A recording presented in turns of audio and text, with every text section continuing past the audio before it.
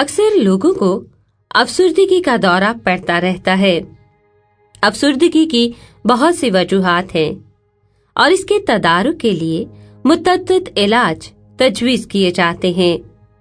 इनमें से कुछ तो मौसर साबित होते हैं और कुछ नहीं भी।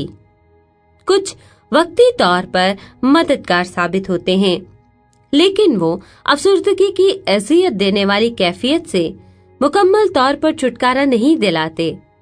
लेकिन खुशखबरी ये है कि यीशु मसीह ज़हनी दबाव से शिफा दे सकता है, बिल्कुल इसी तरह जैसे वो दूसरी बीमारियों से रिहाई दिलाता है। एक मर्तबा मैं अफसर्दगी के ताल्लुक से कलाम की तैयारी कर रही थी।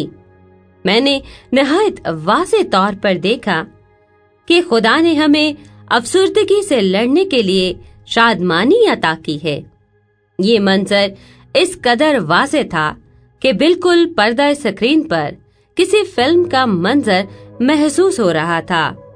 अगर आप यीशु मसीह पर ईमान रखते हैं तो खुदावंद की शादमानी आपके अंदर मौजूद है। बहुत से ईमानदार इस हकीकत से बखूबी वाकिफ हैं, लेकिन इसके बावजूद वो ये जानते ही नहीं कि शादमानी को अपने अंदर से कैसे बहने दिया जाए। हमें उस चीज का तजर्बा करने की जरूरत है जो कि यीशु मसीह पर ईमान रखने के बाइस हमारी है। ये खुदा की मर्जी है कि शादमानी का तजर्बा हमारी जिंदगी में हो।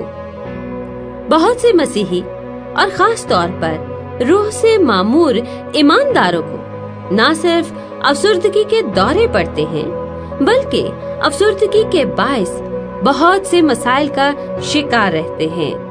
मुझे भी बहुत अरसा पहले तक अफसर्दगी का सामना करना पड़ा, लेकिन खुदा का शुक्र हो कि मैंने ये सीख लिया कि मैं अफसर्दगी के मनफी ख्यालात को अपने ऊपर हावी न होने दूं। मैंने सीखा है कि खुदावंद की शादमानी को अपने अंदर से कैसे बहने दूं। इस किताब का पैगाम बहुत सादा है, लेकिन निहायत कुव्वत से भरपूर है। अगर आप यीशु मसीह पर ईमान रखते हैं तो आपकी जिंदगी में चाहे जो कुछ भी हो रहा हो और हालात जैसे भी हों, उसकी शादमानी आपके अंदर है और आप सीख सकते हैं कि शादमानी की इस कुव्वत को अपने अंदर से कैसे जारी किया जाए। अगर आपने अभी तक खुदावंद यीशु मसीह के साथ शख्सी ताल्लुक कायम नहीं किया, जो कि शादमानी का सरचश्मा है, तो इस किताब के आखिरी सफ़हात में दर्ज दुआ को पढ़ें और जानें कि किस तरह यीशु को अपनी जिंदगी में कबूल करें।